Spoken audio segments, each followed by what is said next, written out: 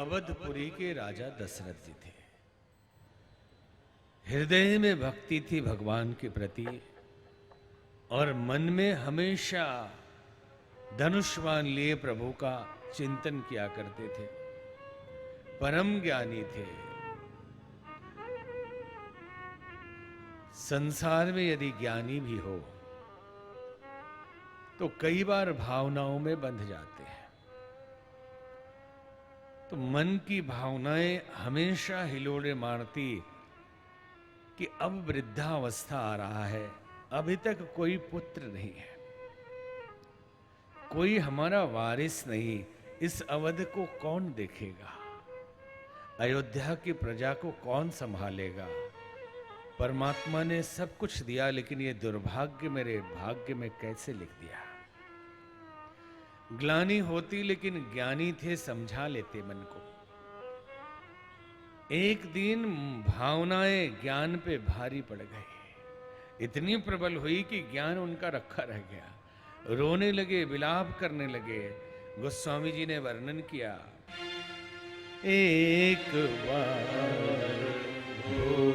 पति मन माही, एक बार पति मन माही, भय ग्लानि मोरे सुत नाहि, भय ग्लानि मोरे सुत नाहि, एक बार गुरु गृह गयो तुरत महि पाला, गुरु गृह गयो तुरत महि पाला, शरण लागे करि विनय विशाला, शरण लागे करि विनय विशाला, शरण लागे करि विनय विशाला, एक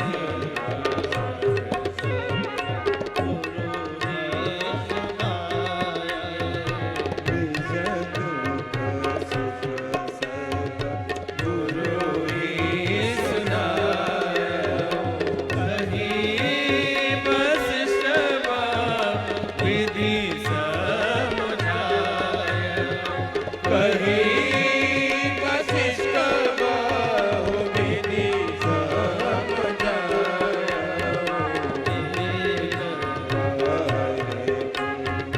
धरहु धीर हो अहि सूत चारी, धरहु धीर हो अहि सूत चारी, त्रिभुवन विदित भगत भयहारी, त्रिभुवन विदित भगत भयहारी, त्रिभुवन विदित भगत भयहारी, एक बार पति मन माही, एक बार।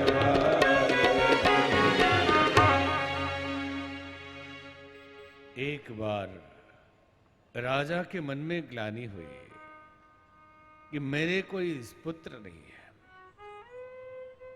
तो संसार में राजा हो, प्रजा हो, कोई भी ऐसा नहीं जिसके जीवन में कोई ना कोई कमी नहीं रहती है, क्योंकि पूर्णता हो ही जाए तो फिर वो ब्रह्म हो जाए। पूर्णता मिल ही जाए तो परमात्मा और जीव में फर्क नहीं रहेगा। कमी है इसलिए जीव है और पूर्ण है इसलिए परमात्मा है। संसार में साधु हो, संत हो, ऋषि हो, मुनि हो, राजा हो, फकीर हो, गरीब हो, सबको सब कुछ नहीं मिलता। कहते ना किसी क्या कुछ मुकम्मल जहां नहीं मिलता, किसी को जमी तो आसमां नहीं मिलता। तो सबको सब कुछ नहीं मिलता। राजा दशरथ के पास वैभव है, धन है, प्रजा है, तो पुत्र नहीं। तो दुख तो जीवन में आता है हर व्यक्ति के, लेकिन कई नादान होते हैं जो दुख में रोते रहते हैं, सबको सुनाते रहते हैं कि हम तो बहुत परेशान हैं, बड़ा दुखी है, बहुत मंदी चल रहा है, आजकल बड़ी परेशानी में चल रहे हैं। अभी एक सज्जन आए, हमने पूछा कि और क्या हाल चल, बोले अच्छा व्यापार चल रहा। तभी फोन आ गया किसी का, यही मीरा रोड में ही। तो फोन आया उधर से, बोल रहा अरे ये बहुत परेशानी है, बहुत संकट में है, एकदम कर्जे में चल रहे हैं। तो हमने कहा ऐसा क्यों बोला आपने? बोले मांगने आ जाएंगे, या बोलेंगे कि मित्र होके इस मंदी में सहयोग नहीं कर रहा। बोले किसके किसके करो, खुद परेशान है। तो सचमुच परेशान है आप? बोले नहीं नहीं, हमारा तो ठीक चल रहा है। तो ये भी बात है, लेकिन कुछ लोग होते हैं जो परेशानी में रोते हैं दूसरों के सामने। तो एक संत कहा करते थे, करते हैं, कहा करते हैं कि दर्द मां रोए बिना गाए, गाए बिना रोया करो। दर्द मां गाए बिना रोया करो, जीवन मां जाथाए जोया करो। जीवन में जाथाए जो हो, आप देखिए, केवल आप रोइए मत इधर उधर। जो जिंदगी में हो उसको देखिए। બધું ભગવાન કરવાનું છે, भगवान ही सब करने वाले हैं, तो केवल देखना ही अपने हाथ में है ना। तो इधर उधर न रो के भगवान के चरणों में रोइए, अपने गुरुदेव के चरणों में रोइए, और कहीं और न बताइए। तभी तो रहीम कवि ने कहा कि रहीमन निज मन की व्यथा, मन ही राखे गोय, सुनी ठिलई है लोग सब बांट न लही है कोई। कोई संसार में आपका दर्द बांटने वाला नहीं। धन तो आपका बांट लेगा, आपकी संपत्ति, गाड़ी, मोटर, जमीन बांट लेगा, लेकिन आपका तकलीफ बांटने वाला नहीं। इसलिए आप खुशी जरूर दूसरों को सुनाइए, दुख सुनाएंगे कोई नहीं बांटेगा। लोग इठलाएंगे, अरे बेकार आदमी, कल से मिलना मत ही, तो आके रोता ही रहता है। सारे रिश्ते नाते दोस्त दूर हो जाएंगे अगर दुख बताते रहेंगे। तो क्या किया राजा दशरथ ने? कहां रोए? जाके अपने गुरुदेव के पास रोए। गुरु गृह गयो तुरंत महिपाला, शरण लाग करी विनय विशाला। शरण में गिरकर विनती की कि बहुत तकलीफ है, एक पुत्र नहीं है। तो बोले धरहूं धीर हो यही सुतचारी, धीरज धरो चार पुत्र बाबा। चार की जरूरत नहीं, एक ही हो, श्रेष्ठ हो, गुणी हो, ज्ञानी हो, कीर्तिवान हो, यशस्वी हो। बोले चारों के चारों त्रिभुवन विदित भगत भयहारी, भक्तों के भय हरने वाले, ये चारों के चारों तीनों लोकों में नाम कमाने वाले होंगे, चिंता मत करो।